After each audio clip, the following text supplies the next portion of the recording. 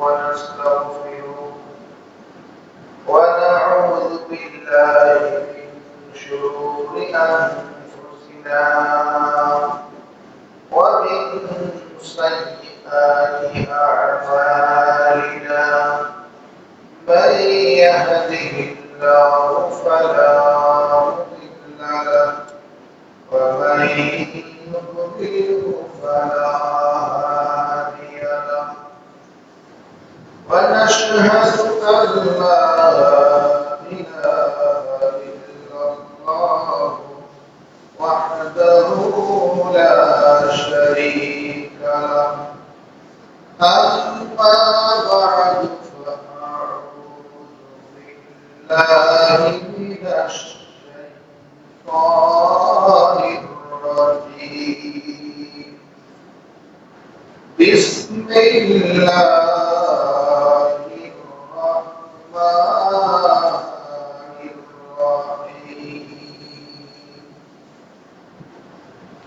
واتل عليهم نبأ ابني آدم بالحق إذ قربا قربانا فتقبل من أحدهما ولم يتقبل من الآخر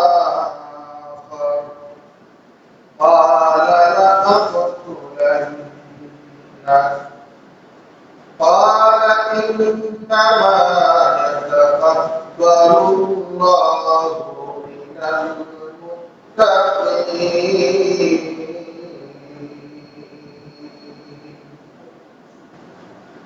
صدق الله العظيم.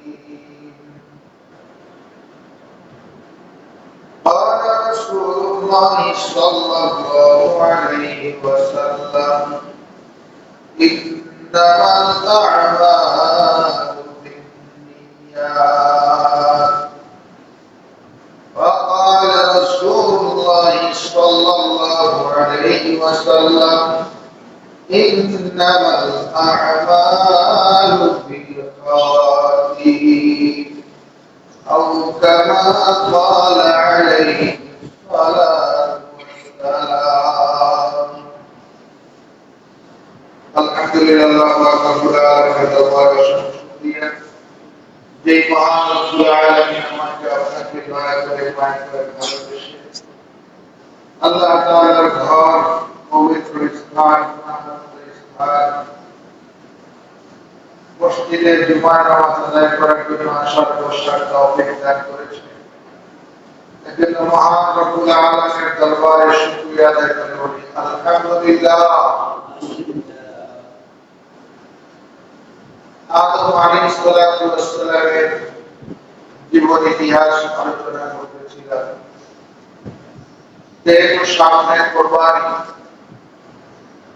আর খুব বেশি দিন নাই, ইতিহাসগুলো আলোচনা করতে সময় লাগে, এই জন্য একটু আগে থেকে শুরু করেছি যাতে করে অন্তত কুরবানি সম্পর্কে আদ্যপান্ত আমরা জানতে পারি।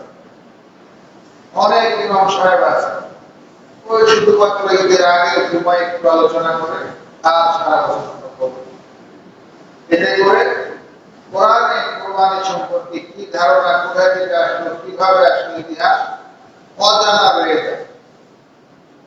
এই জন্য আমি চাই কুরবানি সংশ্লিষ্ট যত ইতিহাস আছে, বিশেষ করে এখানে তিন নবীর ইতিহাস, তিনজন নবীর, চারজন নবীর ইতিহাস এখানে। কয়জন নবীর ইতিহাস? চার। এর মধ্যে একজন হচ্ছে আদম আলাইহিস সালাতু ওয়াস সালাম, দ্বিতীয় নম্বরে ইব্রাহিম আলাইহিস সালাতু ওয়াস সালাম, তৃতীয় নম্বরে ইসমাঈল আলাইহিস সালাতু ওয়াস সালাম, চতুর্থ নম্বরে মুহাম্মদুর রাসূলুল্লাহ সাল্লাল্লাহু আলাইহি ওয়াসাল্লাম। এই চারজন নবী কুরবানির ইতিহাসের সাথে ওতপ্রোতভাবে জড়িত। আদম আলাইহিস সালাতু ওয়াস সালাম জান্নাত থেকে দুনিয়ায় আসলেন। দুনিয়ায় আসার পরে সন্তান জোড়ায় জোড়ায় জন্মগ্রহণ করলেন। বিবাহ সাথে যখন সময় হলো তখন আগের ঘরের ছেলে পরের ঘরের মেয়ে, এভাবে কোর্স সিস্টেমে বিবাহ আদম আলাইহিস সালামের শরীয়তে আল্লাহ পাক হুকুম দিলেন। হুকুম দেওয়ার পরে আদম আলাইহিস সালামের সন্তান হাবিল আর কাবিল, দুই ভাই। হাবিল এই সিদ্ধান্ত মেনে নিল, বাবার সিদ্ধান্ত হাবিল মেনে নিল, কিন্তু কাবিল বাবার এই সিদ্ধান্ত মেনে নিল না। মেনে নিল না তার কারণ হিসাবে তার সহোদর বলছিল সুন্দরী আর হাবিলের বলছিল কুৎসিত। কুৎসিতটা তার ভাগে পড়ার কারণে সে এটা মেনে নিল না। যখন মেনে নিচ্ছে না, আদম আলাইহিস সালাম আল্লাহ পাক রব্বুল আলামিনের হুকুমে ছেলেদেরকে একটা পরীক্ষা দিল যে তোমরা পরীক্ষা দাও। পরীক্ষা দিলে পরীক্ষা যে পাস করবে তাকে এই সুন্দরী যে বোনটা আছে তার সাথে বিয়ে দেওয়া। বাবা মা আমাদের ভালোর জন্য অনেক সময় পরীক্ষা দেয়, এটা অনেক সময় সন্তান বুঝতে পারে না। যেমন আমরা গল্প জানি যে আপনার এক বাবা তার সন্তানদেরকে বলল যে আমি কিছু গুপ্ত ধন রেখে যাচ্ছি, কিন্তু সাবধান, আমি মরার আগে কেউ এই গুপ্ত ধন তালাশ করার চেষ্টা করব, আমি মরার পরে চেষ্টা করব। কারণ তার ছেলেগুলা তো সব অলস, পরিশ্রম করতে চায় না, কাজ করতে চায় না, নিজেদের জমি জমা দেখাশোনা করে না, খোঁজ খবর নেয় না, আবাদ ফসল নিয়ে কিছুই করে না, সম্পদ রক্ষার কোনো ফিকির নেই। এখন বাবা চিন্তা করলো আমি তো সংসার চালাই কিছু কষ্ট করে, কিন্তু আমার পরে আমার সন্তান যদি অলসী থেকে যায় তাহলে তো তার জীবনে এই জমি রক্ষা করতে পারবে না, বেঁচে বেঁচে। তো তাহলে তাদেরকে কর্মঠ কিভাবে বানানো যায় যাতে তারা রোজগার করে খেতে পারে। এজন্য বাবা বলে গেলেন যে আমি কিছু গুপ্ত ধন রেখে গেলাম তোমাদের জন্য, কিন্তু সেই ধনটা আমি আমাদের যে ক্ষেতগুলো এই ক্ষেতের মধ্যে আমি রেখে এই ক্ষেতের মধ্যে রেখে যাব। কাজে আমি মরার আগে তোমরা কেউ খেতে যাবে, কারণ কোন খেতে রাখবো সেটাও আমি বলবো। আমি ক্ষেতের মধ্যে রেখে যাবো, বেশি গভীরেও রাখবো না, কিন্তু কোন জায়গায় রাখবো কোন খেতে রাখবো তা আমি বলবো। তো যথারীতি বাবা মারা গেল, ছেলেরা গুপ্ত ধনের জন্য পাগল হয়ে গেল যে বাবার গুপ্ত ধন বের করতে হবে। তারা কি করলো, খেত একদম মাটি কুয়ায় সব শেষ করলো। খেত যখন পুরোটা মানুষের গুপ্ত ধন পেল না, তাহলে কিছু ফসল আবাদ করতে থাকি, হয়তো কোনো সময় কোথাও একটা কপি বের হইতে পারে। এভাবে তারা সেই গুপ্ত ধনের লোভে সব জমি বারবার করতেছে, আবাদ করতেছে। তখন দেখে লাঙ্গলের খালে গুপ্ত ধরবে। আসলে বাবার উদ্দেশ্য ছিল ছেলেরা যেন একটু কর্মঠ হয়, যাতে করে আবাদ ঠিক মতো হয়। ছেলেরা এই গুপ্ত ধন বুঝতে বুঝতে কয়েক বছর ধরে বুঝতে পারলো যে না, বাবা যে গুপ্ত ধনের কথা বলছে সেই গুপ্ত ধন হলো বীজ বপন করবো, মাটিতে পরিচর্যা করবো, ফসল হবে, সেই ফসল ঘরে তুলে আমরা খাবো, এটাই গুপ্ত ধন। কিন্তু এটা আগে বললে ছেলেরা বুঝতো না, কিন্তু বাবা একটু কৌশল অবলম্বন। তেমনই ভাবে আরেক বাবা করছে যে ছেলেরা যেভাবে মতের অনেক এক ভাই আরেক ভাইকে দেখতে পারে না, এরা সমাজে মাথা উঁচু করে দাঁড়াতে পারবে না, কারণ তাদেরকে মানুষ ভাই বলে গণ্য করবে। এজন্য এই ভাই ভাই তাদেরকে নিয়ে কেমনে রক্ষা করা যায়, তাদের ভাইয়ের মধ্যে সম্প্রীতি কিভাবে রক্ষা করা যায়, এই জন্য একদিন বললেন যে তোমরা সব ভাই মিলে একটা করে যে পাঠশালা নিয়ে আসো, পাঠশালা নিয়ে আসো, একটা করে পাঠশালা নিয়ে আসো।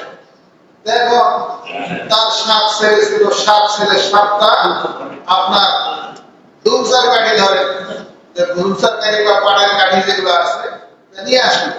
নিয়ে আসার পরে বললো যে আচ্ছা যে যেটা নিয়ে আসছো এটা ভাঙবো। দেখা গেল সবাই খুব আয়েসে ভেঙে ফেললো, কোনো কষ্ট কারো হলো। এবার বললো যে ঠিক আছে, আবার 7টা পাঠশালা নিয়ে। এবার 7টা পাঠশালা যখন একত্র করলো, এটাকে সুন্দর করে দড়িতে পেঁচা, আর টাইট করে যখন দড়িতে পেঁচাইছে 7টা শোলা, এবার এক ভাইকে দিল যে তুমি এটা ভাঙো। এখন ওই ভাই যখন ভাঙা শুরু করলো, এখন আর 7টা ভাঙতে পারে। 7টা পাঠশালা দড়িতে বাঁধলে আরো টাইট হয়, পুরোটাই যখন দড়িতে বাঁধছে একদম টাইট হয়ে গেছে। তখন আর একজনের পক্ষে ভাঙা সম্ভব হয়, বলছে 2 জনে ভাঙবো, 2 জনেও ভাঙতে পারে। তো তখন বাবা বলে, দেখো তোমরা যদি ভাইয়ের ভাই শত্রুতা করো, পৃথক পৃথক থাকো, তাহলে এই পাঠশালায় আগে যেমন একটা ভাঙছো, তোমাদেরকে সমাজে একটা একটা জায়গা ধরবে, একটা একটা জায়গা ভাঙবে, শেষ করে দেবে, তোমাদের অস্তিত্ব থাকবে না। আর যদি তোমরা ভাইয়েরা একত্র চলো, একত্র থাকো, তাহলে তোমাদেরকে কেউ চাইলেই ভাঙতে পারবে না। বাবা শিক্ষা আদম আলাইহিস সালাতু ওয়াস সালাম ছেলেদেরকে বললেন তোমরা কুরবানি করো। আদম আলাইহিস সালামের ছেলে হাবিল সে পশুপালন করত, দুম্বা পালন করত, দুম্বা ভেড়া পশু লালন পালন। আর কাবিল সে শস্য দানা, আপনার এই বিভিন্ন শস্য দানা আবাদ করত, যেমন ডাউল, কালাই, যেগুলোকে আমরা বলি, এরকম কালাই, মাসকলাই, মশারি কালাই, বিভিন্ন কালাই যে আছে, এই শস্য দানাগুলো আবাদ। মুসা আদম আলাইহিস সালাম বললেন তোমরা আল্লাহর জন্য কোরবানি করো। বলে কোরবানি কিভাবে করবো? বলে তোমরা আল্লাহর নামে ওই যে মাঠ আছে, মাঠের মধ্যে তোমাদের যা যেটা আল্লাহর নামে কোরবানি দিবা সেটা ওখানে রেখে আসবে। আর আল্লাহ পাক রব্বুল আলামিন যা কোরবানি জ্বালিয়ে ফেলবে, আকাশ থেকে আলো আসবে, আগুন আসবে, যা কোরবানি জ্বালিয়ে ফেলবে বা থাকবে না তারটাই কবুল হবে, আর যারটা থাকবে তারটা কবুল হবে না। আদম আলাইহিস সালাম যখন এই শর্ত দিলেন, হাবিল এখানেও চালাকি করল। হাবিল চালাকি করলো, চালাকি করে আপনার কি করলো, সে ভালো শস্য দানা দিল। ওই জইলেই যখন যাবো, তাহলে আমি তার খারাপ যে সম্পদগুলো আছে, শস্য দানাগুলো আছে, এগুলা দিব। এগুলা দিয়ে একটা আপনার পালার মতো বানাইল, ফেরত পালা যায়, মানে শস্যের একটা পালা বানাইল, পালা বানিয়ে রেখে। আর এদিকে হাবিল সে দুম্বা, সে সবচেয়ে হৃষ্টপুষ্ট ভালো যেটা, সেই দুম্বাটাকে সুন্দর করে গোসল করে একসাথে গুছে সেইটা নিয়ে রেখে আসে। এটাই আল্লাহ পাক রব্বুল আলামিন সূরা মাইদার 27 নম্বর আয়াতের মধ্যে ঘটনাটা উল্লেখ করেছেন। ওয়াতলু আলাইহিম নাবাআ বানি আদম বিল হক। ওগো নবীজি আপনি বলে দেন আদম সন্তানের 2টা ছেলের ঘটনা আপনি বলেন। ইদ তাকরাবা কুরবানা, যখন তারা কুরবানির নিকটবর্তী হলো, তাদের একজনের কুরবানি আল্লাহ কবুল করলেন, ওয়ালাম ইতাকাব্বাল মিনাল আখার, এবং অন্যজনের কুরবানি আল্লাহ কবুল করে নাই। আল্লাহ পাক রব্বুল আলামিন হাবিলের কুরবানি কবুল করে আকাশ থেকে আলো এসে, আকাশ থেকে আগুন এসে আপনার দুম্বাটাকে জ্বালিয়ে বা দুম্বাটাকে নিয়ে গেলেন। আর ওদিকে কাবিল যে শস্য দানা রেখেছিল, সেই শস্য দানা মাঠের মধ্যে পড়ে রইল, তার কুরবানি কবুল হয় নাই। এবার কাবিল তার মাথা গরম হয়ে গেল, আমার কুরবানি কবুল হয় নাই, তার মানে আমি হাবিলের বোনকে বিয়ে করতে পারবো না, আমি আমার বোনকে বিয়ে করতে পারবো না, আমার ওই কুৎসিত কালো বোনটাকে বিয়ে করতে হবে। এবার কাবিল বলল না না না, আমি আল্লাহর এই ফয়সালা মানি না। বালা লা তুলান্না, সে তার ভাই হাবিলকে বলল, হাবিল বালা লা তুলান্না, আমি তোমাকে হত্যা করব। তোমার কুরবানি কবুল হয়েছে, তুমি সেই হিসাবে আমার বোনকে বিয়ে করবা, আমি এটা সহ্য করতে পারবো না, তাই আমি তোমাকে দুনিয়ায় রাখবো না, তোমাকে হত্যা করব। এবার হাবিল বড় ভাই ছোট ভাইকে সুন্দর উপদেশ দেয়, ক্বালা ইন্নামা ইয়াতাকাব্বালুল্লাহু মিনাল মুত্তাকিন। আমি বলল ভাই ইন্নামা ইয়াতাকাব্বালুল্লাহু মিনাল মুত্তাকিন, যে আল্লাহকে ভয় করে আল্লাহ পাক রব্বুল আলামিন তার কুরবানি কবুল করে। আর যে আল্লাহকে ভয় করে না তার কুরবানি আল্লাহ কবুল করে না। এখানে আপনার দেখেন দুই ভাইয়ের দুই নিয়ত। হাবিলের নিয়ত হচ্ছে যে আমি কুরবানি দিছি আল্লাহর জন্য, আল্লাহর সন্তুষ্টির জন্য, কাজে আমি ভালোটা দিই।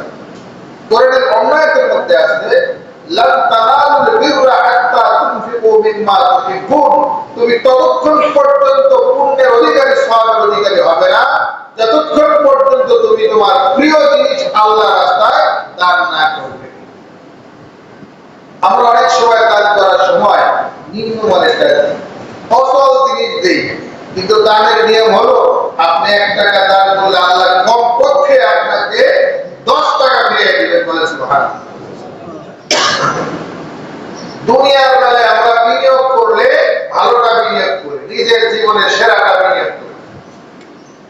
পরকালের বেলায় আল্লাহ যে আমাদেরকে দিবে 10 গুণ ফিরিয়ে দিবেন, কমপক্ষে বেশিও দিতে পারে।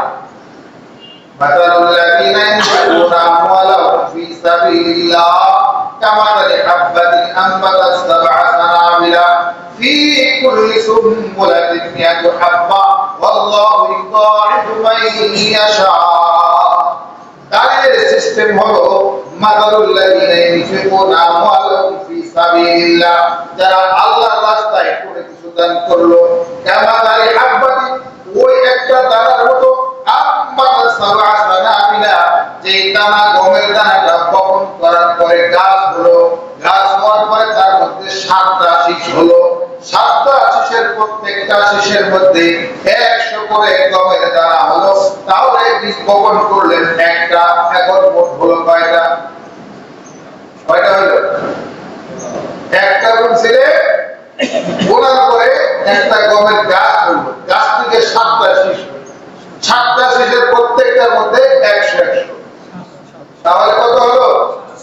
700। তাহলে বপন করলেন একটা, আল্লাহ দিল 700। এজন্য আল্লাহ পাক রব্বুল আলামিন এই আয়াত দ্বারা দৃষ্টান্ত দিয়ে বুঝিয়েছেন আল্লাহর রাস্তায় কেউ দান করলে তার সর্বনিম্ন 10 গুণ, এবং কি আপনার সর্বোচ্চ আপনার নিয়ম অনুসারে 700 গুণ দেন। এবং যদি আপনার তাকওয়া বেশি থাকে, বেহিসাব হিসাব আল্লাহ যত খুশি তত দিয়ে দেন। বলেন সুবহানাল্লাহ। যদি এই কথাগুলো আমরা মনে রাখি, তাহলে আমরা শুক্রবার দিন দান বাক্সে টাকা দেই। সিরাত কি পড়ার কথা? 2 টাকা, 5 টাকা, 10 টাকা নোট সিরাত টাকা কি দান বাক্সে পড়ার কথা?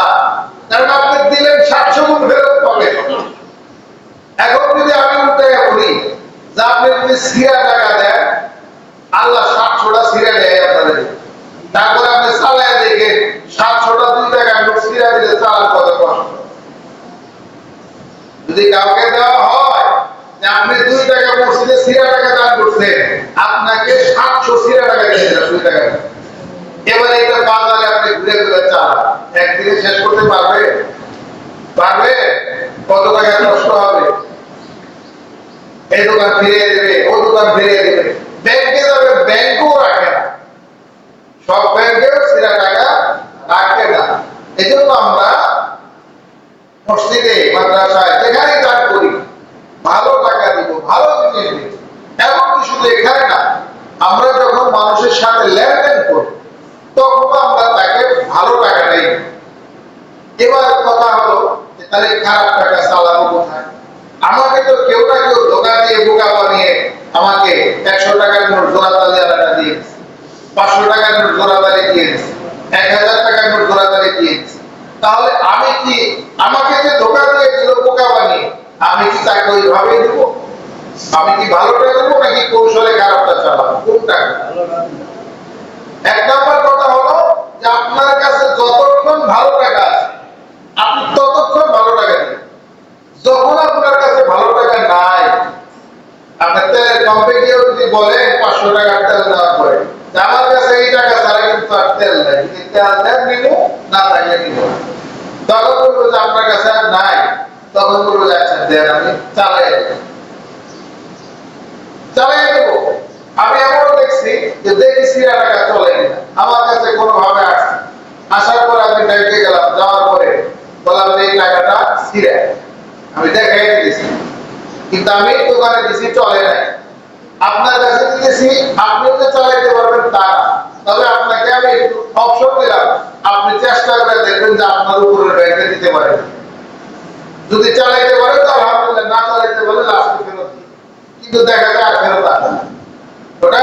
কারণ আপনি যখন তার বুঝে গেছেন যে আপনি চালাইতে পারেন নাই, তার মাথায় ঢুকে গেছে এটা বিপদে পড়ছে, আমার চালাই দিতে হবে। আপনি তাকে টাকাও দিলেন, একটা কাজও দিলেন, তখন কিন্তু সে পার্টিপক্ষে আপনাকে ফেরত দিবে না। তো এইভাবে দেখা যায় একসময় সেটা রাষ্ট্রীয় কোষাগার পর্যন্ত পৌঁছে যায়, সিরা টাকা রেখে নতুন নোট তখন ছাপানো হয়, নাম অনুসারে। তো যাই হোক, আল্লাহ রাস্তায় আমরা ভালো দান করলে ভালো ফেরত পাবো, খারাপ দান করলে খারাপ পাওয়ারও সম্ভাবনা আছে। যদিও আল্লাহ পাক বলছে না, কেউ যদি অন্যায় করে তার একটাই পাপ হবে। পাপের ক্ষেত্রে আপনার 10 গুণ 7 গুণ 100 গুণ 700 গুণ বাড়ায় দেওয়ার কথা আল্লাহ বলে নাই, শুধু নেকির ক্ষেত্রেই বলছে যে না, দান করবে 1 গুণ, আমি বিনিময় দেব কমপক্ষে 10 গুণ, উপরে 700 গুণ, তার উপরে বেগায়ের হিসাব অগণিত দেব তার তাকওয়া অনুসারে। তো তাহলে কাবিল দেখেন এখানে খারাপ শস্য কুরবানির জন্য দান করে প্রথমে ভুল করলেন, দ্বিতীয় নাম্বার ভুল, তার কুরবানি কবুল হইল না। তৃতীয় নাম্বার ভুল, সে তার ভাইকে হত্যা করল।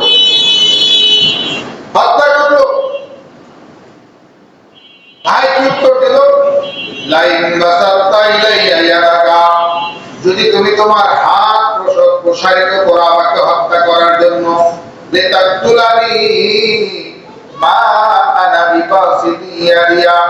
আমি কিন্তু আমার হাত প্রশস্ত করবো না, তোমাকে হত্যা করার জন্য আমি আমার হাত তোমার দিকে প্রসারিত করবো না।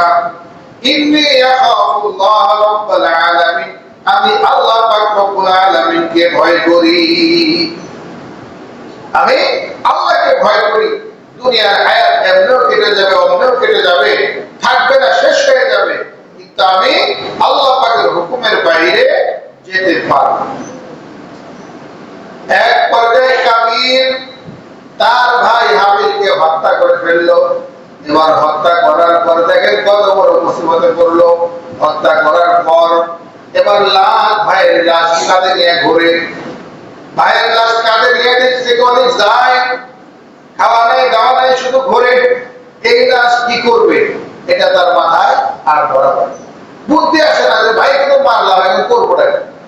কারণ পৃথিবীতে তো এর আগে আর কেউ মরে নাই, হাবিলের আগে পৃথিবীতে আর কেউ মারা যায় না। এই যে কোন নমুনা দেখে, নমুনা ছাড়া কিন্তু করা যায় না।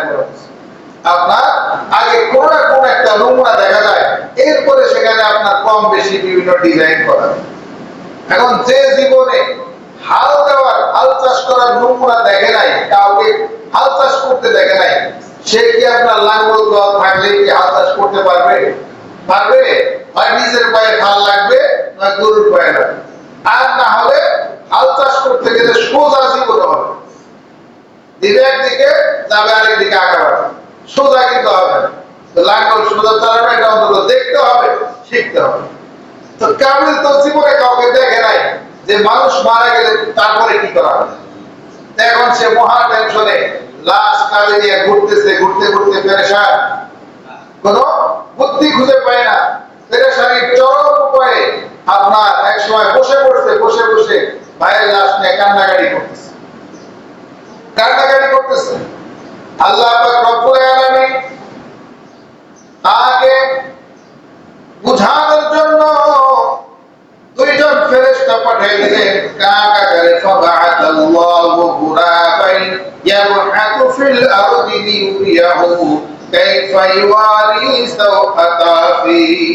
দুইটা কাক পাঠাইলেন। পাঠানোর পরে দেখা গেল একটা কাক আর একটা কাক আপনার মরে গিয়েছে বা মেরে ফেলছে।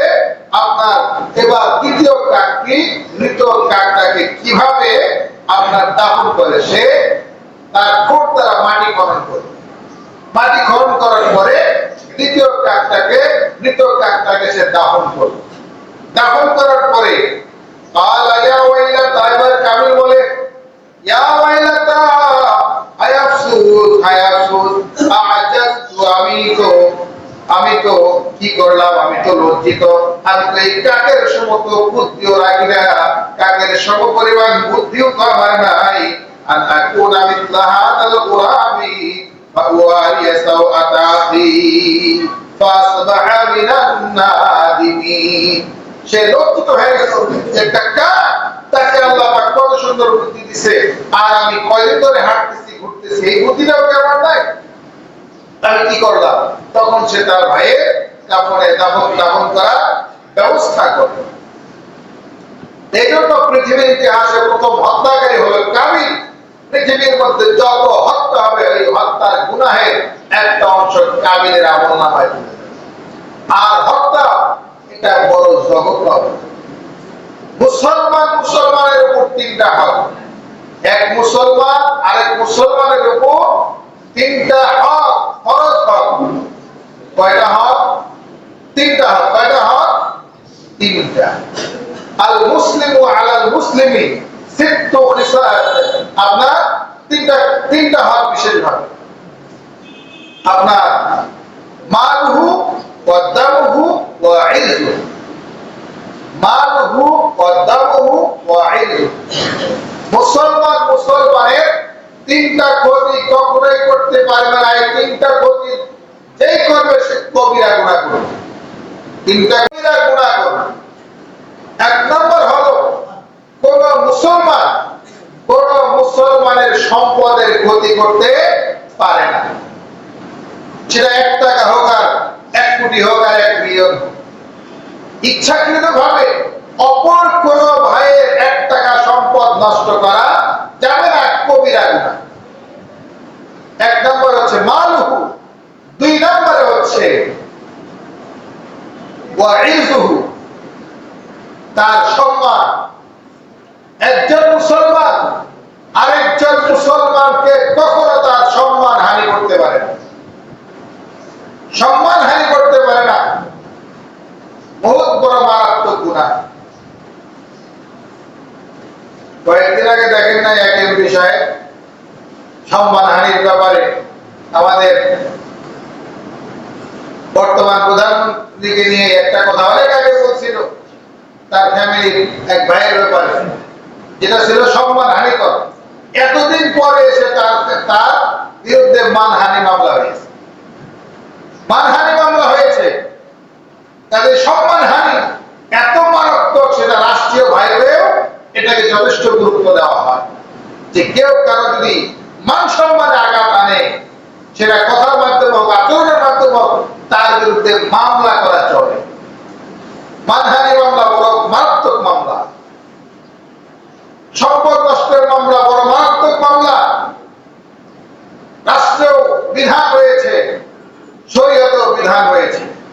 তাহলে 1 নম্বর হলো কোন মুসলমানের সম্পদ নষ্ট করতে পারে না, এটা মারাত্মক কবিরা গুনাহ। 2 নম্বর, কোন মুসলমানের সম্মান নষ্ট করতে পারে না, মারাত্মক কবিরা গুনাহ, মারাত্মক কবিরা গুনাহ। এখন এই ক্ষেত্রে দেখা যায় সম্মান নষ্ট, আমরা অনেক সময় জাত ধরে কথা বলি, জাত ধরে কথা বলি। অনেক সময় বলি হুজুররাই কারা, বলি কিনা? অনেক সময় বলি না? আচ্ছা, আবার অনেক সময় এভাবে বিভিন্ন ভাবে কথা বলি। আচ্ছা, বাংলাদেশে বা পৃথিবীতে হুজুর বেশি না হুজুরের লেবাসদারি বেশি? হুজুর বেশি না হুজুরের লেবাসদারি বেশি? লেবাসদারি বেশি না? এখন একটা লোক দাড়ি রাখছে, টুপি আছে, পাঞ্জাবি আছে, জুব্বা আছে, সে যদি একটা অপকর্ম করে, দেখা যায় আমরা পুরা হুজুর গোষ্ঠীর উপর আমরা ধোঁয়া ধরে ফেলি ন্যাশনালের মধ্যে। অথচ ওই ব্যক্তি আসলে হুজুর কিনা এটা আমরা কখনো যাচাই করি। হুজুর হওয়ার জন্য যে জিনিসটা লাগে 12টা বছর আপনার গতানুগতিক ক্লাস নয়, শিক্ষকের তত্ত্বাবধানে শুধু সার্টিফিকেট নয় থেকে তার সাথে একটা সুসম্পর্ক রেখে সেখান থেকে একটা যেমন পড়ালেখার যোগ্যতার সার্টিফিকেট দেওয়া হয়, আরেকটা তার চারিত্রিক সার্টিফিকেট দেওয়া হয়। স্কুলেও যেটা আছে, প্রশংসাপত্র আছে না আপনার? বর্তমানে স্কুলে প্রশংসাপত্র তো আপনার সার্টিফিকেট পাস করলে প্রশংসাপত্র অটোমেটিক দিয়ে আসলে আপনার প্রশংসাপত্র পাওয়ার যোগ্য কিনা এটা অনেক সময় হেডমাস্টাররা প্রিন্সিপালরাও যাচাই করে। অথচ এটা গুরুত্ব দেওয়া উচিত ছিল। একজন মানুষের সার্টিফিকেট নাম্বার কম বেশি হতে পারে, সে হতে পারে ঘুষের মেঝে পাস করেছে, কিন্তু তার ক্যারেক্টার যদি শতভাগ ভালো থাকে, আমি মনে করি চাকরির ক্ষেত্রে যার চরিত্র ভালো তাকেও বেশি অগ্রাধিকার দেওয়া দরকার। দ্বিতীয় নাম্বার, যে ফার্স্ট হয় আমরা অনেক সময় তার চরিত্র দেখি না। ফার্স্ট হলে মনে করি সব পাপ মুক্ত হয়ে গেছে, তাকে আমরা সমাজেও ছাড় দিই, সব জায়গায় কেন ছেলেটা ছাত্র ভালো ছাড় দিয়ে না। আপনার সার্টিফিকেটের চেয়ে আপনার চরিত্রের দাম বেশি। যদি তার চারিত্রিক কোনো সমস্যা থাকে, তার প্রশংসাপত্রে লিখে দেওয়া উচিত প্রিন্সিপালের যে উনি এত সালে ইফটিজিং এর মামলায় দায়ী, ছাত্রীত্ব করেছে, এত সালে সে অমুকের কাছে ডাব চুরি করে খেয়েছে, কাজে তাকে আমি প্রশংসাপত্রের নাম্বারে 100-র মধ্যে তাকে আপনার 20 দেওয়া হবে।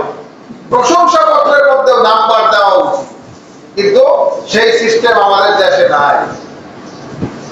তো যাই হোক, যে 1 নম্বর হলো হুজুরের ব্যাজধারী বেশি।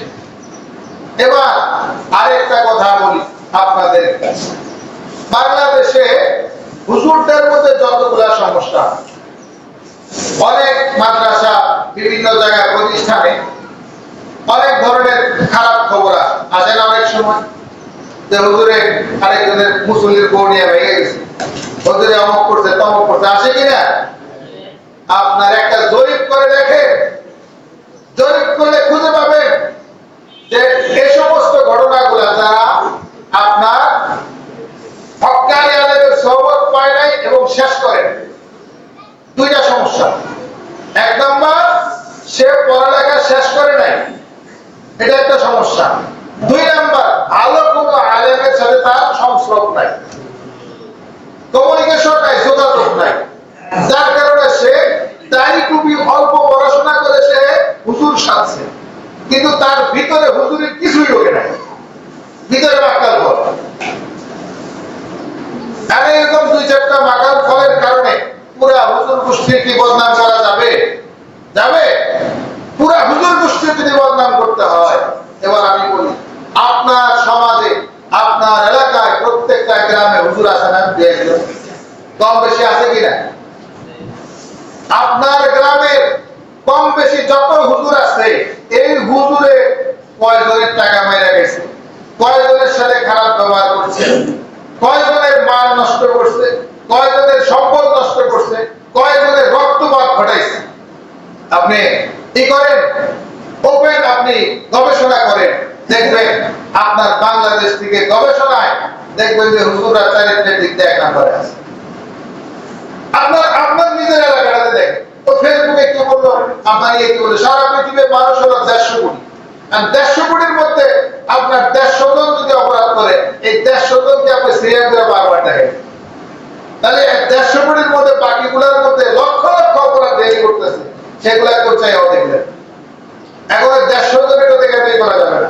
আপনি জরিপ করবেন আপনার এলাকায় যে হুজুরগুলো আছে, এদের মধ্যে কয়জন আপনার সম্মান নষ্ট করছে, কয়জন আপনার সম্পদ নষ্ট করছে, কয়জন কাউকে হত্যা করছে। যদি এখানে আপনার এলাকার গবেষণায় সে ফার্স্ট ক্লাস পায়, তাহলে আপনি ফার্স্ট ক্লাস দিয়ে দেন, আর যদি ফার্স্ট ক্লাস না পায় তাহলে আপনি দিয়ে না। ক্লিয়ার কথা। এখন বিভিন্ন মসজিদে আমরা নামাজ পড়ি, জুতা চুরি হয় না? জুতা চুরি হয় কিনা? শহরে বেশি হয়, কারণ গ্রামে তো দামি জুতা নিয়ে মসজিদে কম আসে।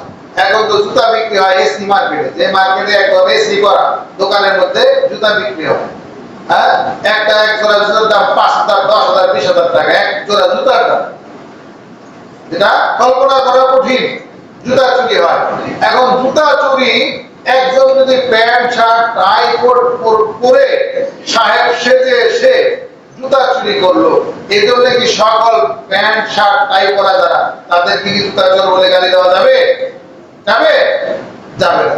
একজনের অপরাধে সবাইকে গালি দেওয়া যাবে না। অর্থাৎ ইসলামের নীতি হলো যে অপরাধ করবে সেই অপরাধী, যে মান আসা আলাইহি, যে খারাপ করবে তার দোষ তার উপরেই যাবে। ওয়ালা তাজির ওয়াজিরাতু বিজরা উখরা, একজনের দোষ আরেকজনের কাঁধে দেওয়া যাবে না।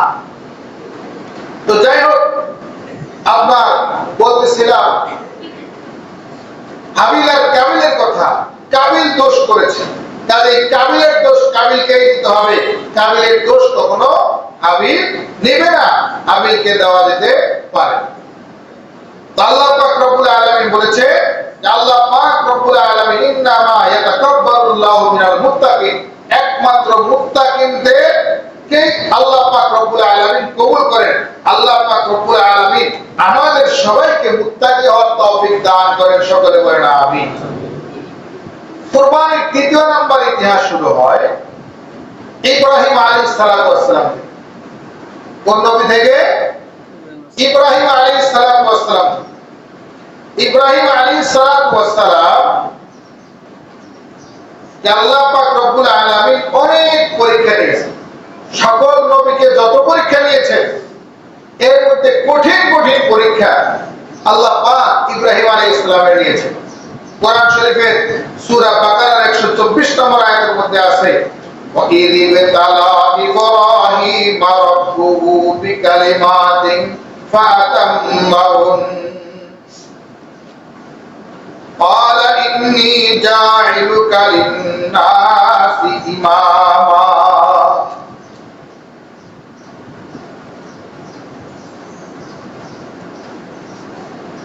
وَإِذِ ابْتَلَى إِبْرَاهِيمَ رَبُّهُ بِكَلِمَاتٍ فَأَتَمَّهُنَّ। আল্লাহ পাক রব্বুল আলামিন ইব্রাহিম আলাইহিস সালাতু ওয়াস সালামকে পরীক্ষা নিয়েছেন, অনেক ভাবে পরীক্ষা নিয়েছেন। ফাতাম্মাহুন্না, ইব্রাহিম আলাইহিস সালাতু ওয়াস সালাম প্রত্যেকটা পরীক্ষার মধ্যে গোল্ডেন এ প্লাস পেয়েছেন, বলেন সুবহানাল্লাহ। আল্লাহ পাক রব্বুল আলামিন গোল্ডেন এ প্লাস পাওয়ার কারণে, পরীক্ষায় কৃতকার্য 100তে 100 পাওয়ার কারণে আল্লাহ পাক রব্বুল আলামিন ইব্রাহিম আলাইহিস সালামকে উপহার দিলেন, আলা ইন্নী জাইলুকা লিন-নাসি ইমামা। ওগো নবী ইব্রাহিম, আপনি প্রত্যেকটা পরীক্ষার মধ্যে আপনি ফার্স্ট ক্লাস ফার্স্ট হয়েছেন, এজন্য আমি আপনাকে সমস্ত উম্মতের জন্য ইমাম, নেতা বানিয়ে দিলাম, বলেন সুবহানাল্লাহ। ইব্রাহিম আলাইহিস সালাম হচ্ছে আমাদের নেতা, জাতির পিতা ইব্রাহিম আলাইহিস সালাম। ইব্রাহিম আলাইহিস সালাম তাকে কতগুলা কাজ দিয়েছেন?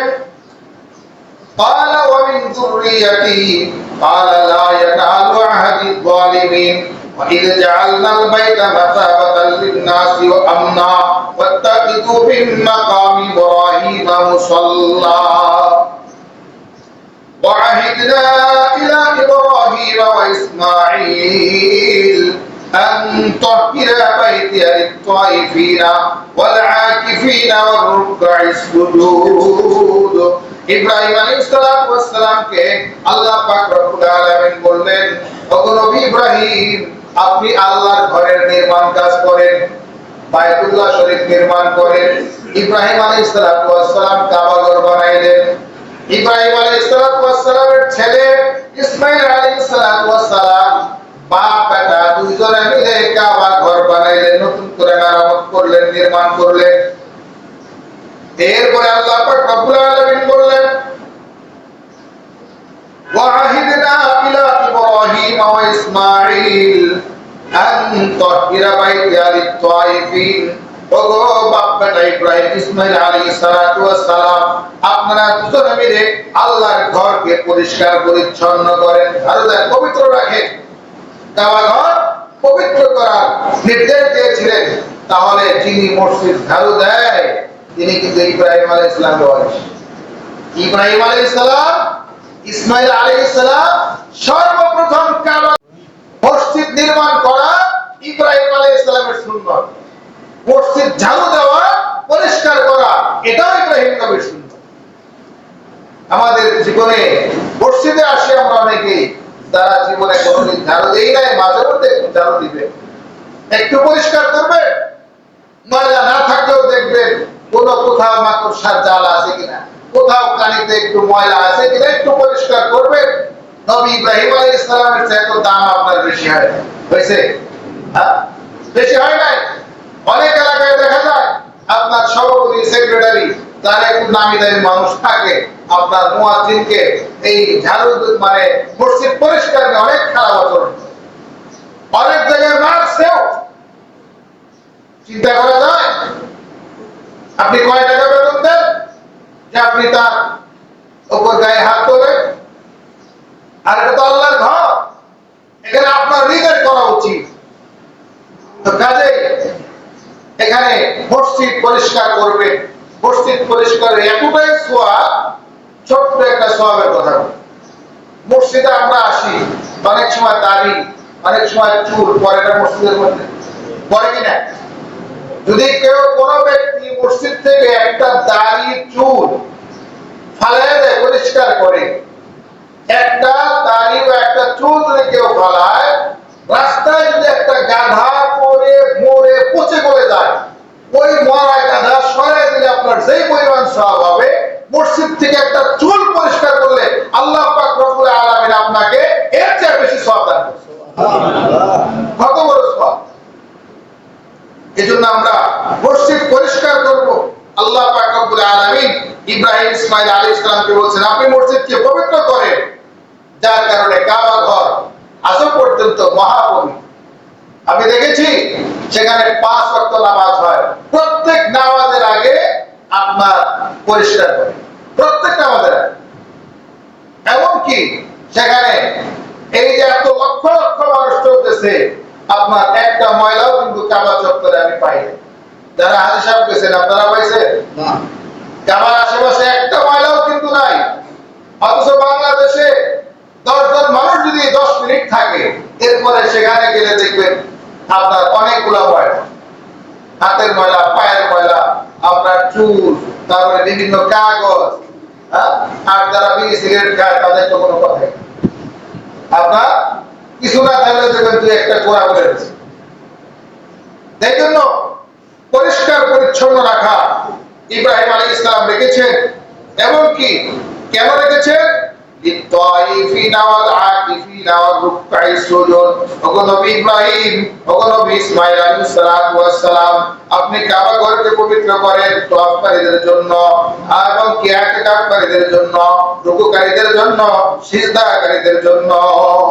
ইব্রাহিম আলাইহিস সালাতু ওয়াস সালাম যখন কাবা ঘর নির্মাণ করলেন, এবার আল্লাহ পাক রব্বুল আলামিন ইব্রাহিম আলাইহিস সালামকে বললেন, ঘর তো বানাইছেন, এই ঘর আবাদ করার জন্য পবিত্র করছেন, কিন্তু আবাদ করার জন্য এবার আপনি দুনিয়ার মানুষকে জানিয়ে দেন, ওয়াআতিন ফিন নাস বিল হাজ্জি ইয়াতুকা রিজালাও ওয়া আলা কুল্লি দামিরি ইয়াতুনা মিন কুল্লি ফাজ্জিন আমিন।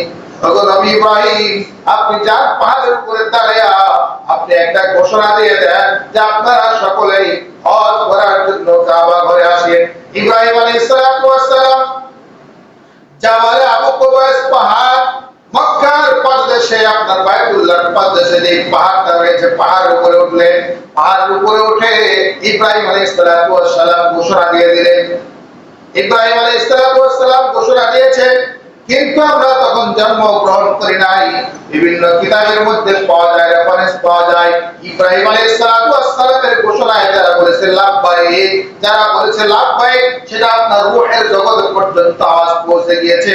ওই আওয়াজের মধ্যে যারা একবার লাব্বাইক বলেছে, আল্লাহ পাক রব্বুল আলামিন তাদেরকে বাইতুল্লাহর মেহমান বানান। সুবহানাল্লাহ। এজন্য আমরা লাভবাহিক যারা হজ করেছি আমরা করোনা সময় লাভবাহিক বলেছি। এজন্য আল্লাহ পাক আমাদেরকে সুযোগ করে দেন পৃথিবীতে। আল্লাহ পাক রব্বুল আলামিন আমাদেরকে যতদিন বাঁচিয়ে রাখবেন ততদিন যেন আল্লাহ পাক রব্বুল আলামিন আল্লাহ পাকের হুকুম অনুযায়ী মসজিদ মাদ্রাসার সাথে উলামায়ে কেরামের সাথে সম্পৃক্ত থেকে বেঁচে থাকার তৌফিক দান করেন। সকলে বলেন আমিন। ওয়া আখিরু দাওয়ানা আলহামদুলিল্লাহি রাব্বিল আলামিন। যারা সুন্নাত পড়ে সুন্নাত পড়ে।